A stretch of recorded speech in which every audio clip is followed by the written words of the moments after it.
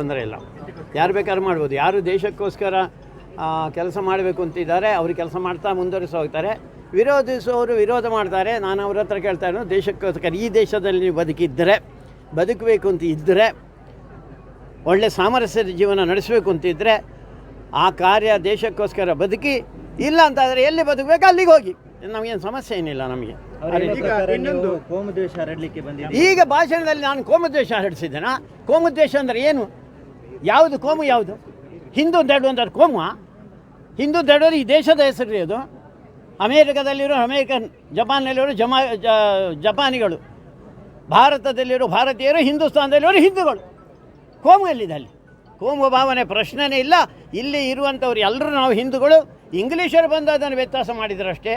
ಅದನ್ನು ಅರ್ಥ ಮಾಡಿಕೊಳ್ಬೇಕು. ಇಲ್ಲಿ ಹಿಂದೂಗಳ ಜೊತೆಯಲ್ಲಿ ಎಲ್ಲರೂ ಬದುಕುವಂಥ ಪ್ರಯತ್ನ ಮಾಡಬೇಕು. ಅದು ಯಾರು ಬೇಕಾರಾಗಲಿ, ಹೊರಗಿಂದ ಬಂದವರಿರಲಿ, ಒಳಗಿಂದವರಿದ್ದರೆ ಎಲ್ಲರೂ ಕೂಡ ಒಟ್ಟಿಗೆ ಬದುಕುವಂಥ ಪ್ರಯತ್ನ ಮಾಡಬೇಕು. ಅದಕ್ಕೆ ನಾನು ಹೇಳಿದ್ದು, ಸೆಕ್ಯುಲರ್ ಅಂತ ಹೇಳುವಂಥ ಮೋಸ್ಟ್ ಸೆಕ್ಯುಲರ್ ನಾವೇ, ಹಿಂದೂಗಳೇ ಮೋಸ್ಟ್ ಸೆಕ್ಯುಲರ್ ಜಗತ್ತಿನಲ್ಲಿ. ಅದಕ್ಕೆ ಕೋಮು ಭಾವನೆಯ ಪ್ರಶ್ನೆ ಇಲ್ಲ. ನಾವು ಮಾತಾಡ್ತಾ ಇರೋದು ಸತ್ಯ ಮಾತಾಡ್ತೇವೆ. ಇದನ್ನು ತಪ್ಪು ಅಂತ ಯಾರು ಹೇಳಿದರೆ ಧೈರ್ಯ ಇದ್ದು ಎದುರು ಬಂದು ತಪ್ಪು ಅಂತ ಹೇಳಿ ಅವರು, ನಾನು ಅದಕ್ಕೆ ಉತ್ತರ ಕೊಡ್ತೇನೆ. ಡಾಕ್ಟರ್, ಈಗ ಟಿಪ್ಪು ಸುಲ್ತಾನ್ ಅವರ ಒಂದು ಚರಿತ್ರೆಯನ್ನು ಮತ್ತು ಪುಸ್ತಕದಲ್ಲಿ ಇದನ್ನು ತೆಗೆದುಹಾಕಲಿಕ್ಕೆ ಸರ್ಕಾರ ಮುಂದಾಗ್ತಾರೆ. ಕೆಲವರು ವಿರೋಧ ವ್ಯಕ್ತಪಡಿಸ್ತಾರೆ. ನಿಮ್ಮ ಅಭಿಪ್ರಾಯ? ಅಲ್ಲ, ಹಾಗೇ ಇದ್ದಾರೆ.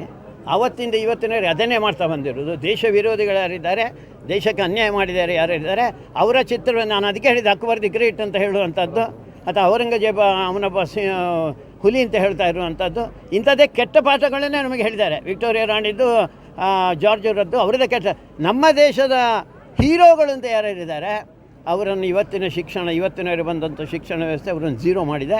ಅವರನ್ನು ಮತ್ತೆ ಹೀರೋ ಮಾಡುವಂಥ ಕೆಲಸ ನಮ್ಮದು. ಅದಕ್ಕೋಸ್ಕರ ಆ ರೀತಿ ಸರ್ಕಾರ ಯೋಚನೆ ಮಾಡ್ತಾ ಇರೋದಕ್ಕೆ ಅಭಿನಂದನೆ ಸರ್ಕಾರಕ್ಕೆ. ಟಿಪ್ಪು ಸುಲ್ತಾನ್ ಪಾಠ ತೆಗೆದುಹಾಕಲಿಕ್ಕೆ ನಿಮ್ಮದು 100ಕ್ಕೆ 100 ಅವನ ಪಾಠ ನಾವು ಯಾಕೆ ಹೇಳ್ಕೊಡ್ಬೇಕ್ರಿ? ಇಡೀ ಹಿಂದೂ ಸಮಾಜಕ್ಕೆ ಅನ್ಯಾಯ ಮಾಡಿದವನು ಸಾವಿರ ಜನ, ಬರೀ ಹಿಂದೂ ಸಮಾಜ, ಕ್ರಿಶ್ಚಿಯನ್ರು, ಮಂಗಳೂರಿನ ಕ್ರಿಶ್ಚಿಯನ್ರಿಗೆ ಅನ್ಯಾಯ ಮಾಡಿದ್ದಾನೆ.